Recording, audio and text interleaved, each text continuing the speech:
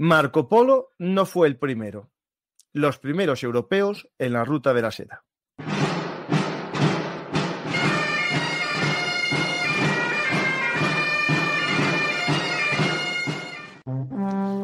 Armas, batallas y hombres que cambiaron el curso de la historia. Esto y mucho más en Bellum Artis Historia Militar. Hola a todos, bienvenidos a Bellum Artis Historia Militar. Regresamos a la ruta de la seda con nuestra amiga Eva Tobalina. Pero antes de eso, recordaros que más de uno vais a viajar en el tiempo en vuestra vida para aquella serie de Marco Polo que vimos cuando éramos jóvenes. Yo creo que fue el primer contacto de muchos, de la generación de esta de los años 70 y 80, del personaje de Marco Polo y la famosa ruta de la seda. Hola Eva, ¿qué tal? Hola, buenas tardes. Eva, sin ser indiscreto, ¿a ti esa serie te gustaba de joven?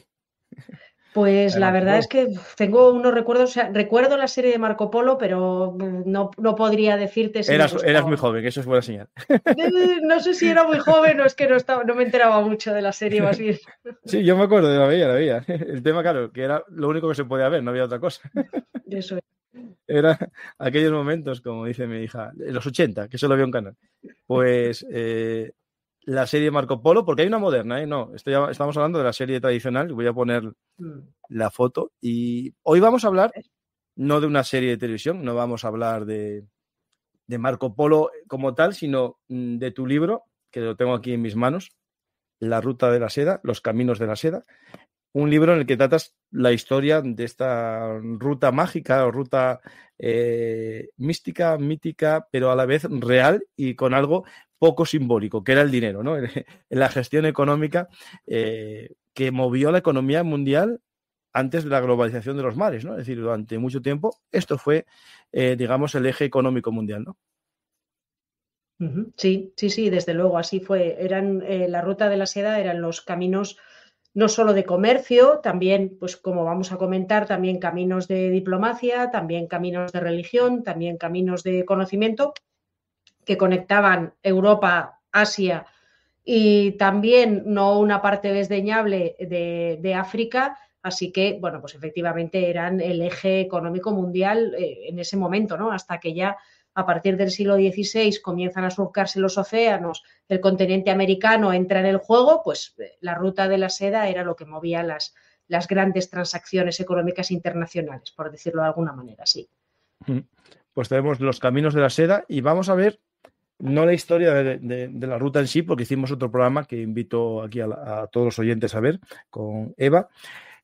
Vamos a ver los primeros caminantes, digamos, en dirección occidente-oriente. No vamos a ver los que llevaban la mercancía de este oriente, sino aquellos que dijeron, vamos a ir al origen de esto, ¿no?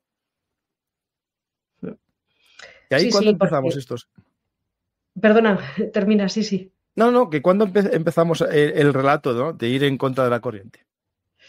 Sí, pues como tú mismo has mencionado, ¿no? Tradicionalmente cuando pensamos en la ruta de la seda, pues asociamos Marco Polo, ¿no? Y pensamos que la primera vez que alguien llegó desde Europa y el Mediterráneo al Extremo Oriente fue en la segunda mitad del siglo XIII con Marco Polo a la corte de Kublai Khan, ¿no? Pero en realidad hubo muchísimos viajeros que hicieron ese recorrido antes, tanto desde la zona de China hasta el occidente, como más aún a la inversa, ¿no? Desde la zona del Mediterráneo hasta China. Y también, como cuento en el libro, también había viajeros que recorrían desde la zona de China hasta el subcontinente indio o viajeros que recorrían los mares, la ruta de la seda marítima, desde el Mar Rojo hasta los mares de China, ¿no? Entonces, pensar que con Marco Polo empezó todo, ¿no? Pues como tú muy bien has puesto en el título de la sesión, pues no es así, ¿no? Y cientos de años, vamos, casi miles de años antes, pues ya había mucho ambiente en una dirección y en otra. Yo, en mi época, digamos, de Roma, ¿no? Que es uno de los lugares que me siento más seguro, ya había intentos, ¿no? De llegar al origen y vincular a los dos imperios, ¿no? El imperio romano al imperio central, ¿no? Al imperio del medio, que sería China. Ya se hablaba de intentos, ¿no? De mandar a alguien y no solamente mediante el sistema de dile tú al otro, que te diga al otro, que te diga al otro, sino acercarnos, ¿no? Lo máximo posible. ¿Cuáles serían los primeros intentos occidentales, digamos, europeos, de acercarse a lo más lejano de Asia? Pues hay que tener en cuenta que la ruta de la seda empieza a funcionar por convención, ¿no? Tal y como normalmente se suele decir, en torno al siglo II a.C., a finales del siglo II a.C. A finales del siglo I a.C. ya tenemos con certeza seda china y seda de Asia Central llegando al Mediterráneo, ya tenemos a los romanos muy interesados en la seda china, ya tenemos a los romanos informándose acerca de cuál es el origen de esa extraordinaria mercancía, pensando en que había unos seres, valga la redundancia, que se llamaban seres, que eran los que producían la sérica, que eran los que producían la seda.